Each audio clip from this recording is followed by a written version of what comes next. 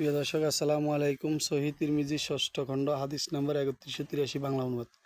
আব্দুল্লাহ ইবনে মাসউদ রাদিয়াল্লাহু তাআলা আনহু কর্তৃক বর্ণিত আছে, তিনি বলেন, আমি রাসূল সাল্লাল্লাহু আলাইহি সাল্লামকে প্রশ্ন করলাম, সবচেয়ে মারাত্মক গুনাহ কোনটি? তিনি বলেন, এক আল্লাহ তাআলার সাথে তোমার ও কাউকে শরীক বানানো উচিত নয়, অথচ তিনি তোমাকে সৃষ্টি করেছেন। ২, তোমার সন্তানেরা তোমার আহারে ভাগ বসাবে, এজন্য তাদেরকে হত্যা করা।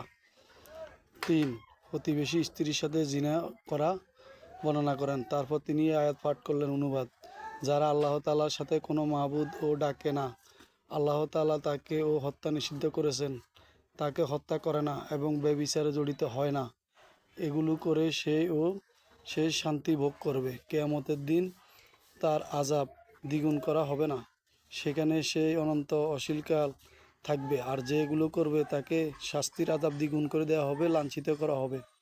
সূরা আল ফুরকান ৬৮ এবং ৬৯ নম্বর আয়াত। সহিহ বুখারী এবং মুসলিমে হাদিসটি রয়েছে।